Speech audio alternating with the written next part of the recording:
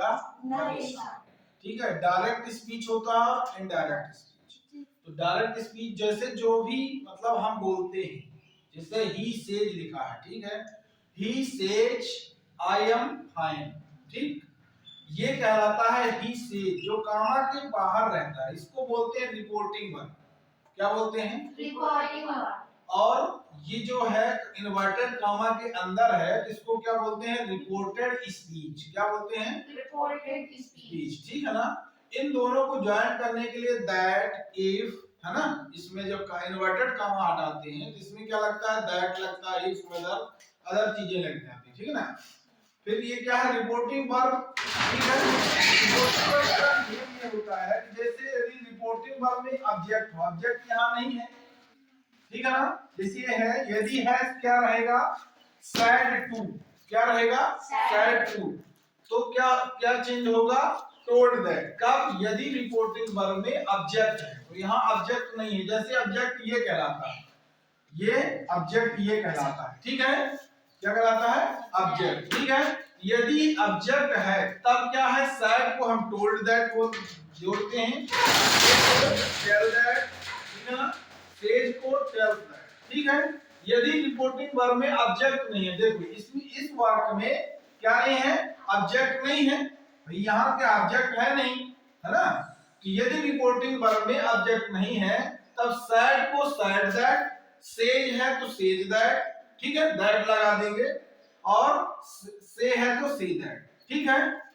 और इसमें जो है यदि ये टेंस जो है वाक्य प्रेजेंट में रहेगा, ये क्या है? सेज है ना, ये प्रेजेंट में है, ठीक है। तो रिपोर्टेड स्पीच में कोई टेंस में परिवर्तन नहीं होगा, टेंस में कोई परिवर्तन नहीं होगा। ये समझ लो, ये क्या है? रिपोर्टिंग वर्ब, और ये है रिपोर्टेड स्पीच, ठीक। तो कब नहीं चेंज होगा? यदि यहाँ क्या होगा? प्रेजेंट इंडेफिनिट, मतलब इसमें प्रेजेंट टेंस में है, यदि सेज प्रेजेंट टेंस है, से है प्रेजेंट टेंस है, अगर विल भी लगा होगा तो इस टेंस में कोई परिवर्तन नहीं होगा, रिपोर्टेड स्पीच में कोई परिवर्तन नहीं होगा, ठीक है। जैसे हम इसको बनाते हैं ही सेज, ठीक है, तो क्या लिख देंगे? ही सेज, क्या लग जाएगा? दैट, इन्वर्टेड कामा हटा, दैट लगा दिए। अब ये जो आई है इसके प्रोनाउन चेंज होंगे, रिपोर्टेड स्पीच का टेंस नहीं बदलेगा। प्रोनाउन, प्रोनाउन क्या कहलाते हैं? जैसे आई, वी, यू, दे, ये प्रोनाउन है।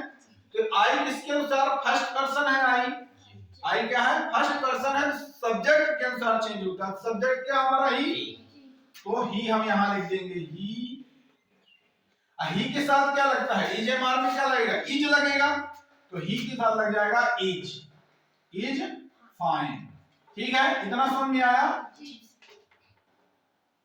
हमें ये जानना जरूरी कि ये पहले है क्या? रिपोर्टिंग वर्ब है, ये रिपोर्टेड स्पीच। इसमें अगर कंफ्यूजन नहीं होगा तो कोई दिक्कत, सब बनने लगे, ठीक है। अब है ही सेज टू मी, हमने बताया था यहाँ सेज टू मी। यदि यहाँ सेज टू है मतलब यहाँ सब्जेक्ट है, ये ऑब्जेक्ट है ना, ये मी, ठीक है ना। तो क्या है इसमें दिया? यदि रिपोर्टिंग वर्ब में ऑब्जेक्ट है तब सेज को हमें टेल्स दैट लिखना पड़ेगा। क्या लिखना पड़ेगा? Tells that. तो ही सेज टू मी है तो हम लिख देंगे यहाँ ही टेल्स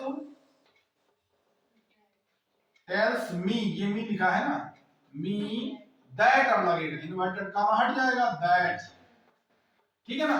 लेकिन है ये क्या? सेज टू, ये अभी भी कौन सा है? प्रेजेंट टेंस में है, तो इसमें केवल प्रोनाउन चेंज होंगे, ठीक है। तो आई को क्या लिख देंगे हम? इसके अनुसार चेंज होता है, सब्जेक्ट के अनुसार, तो ही लिख जाएगा।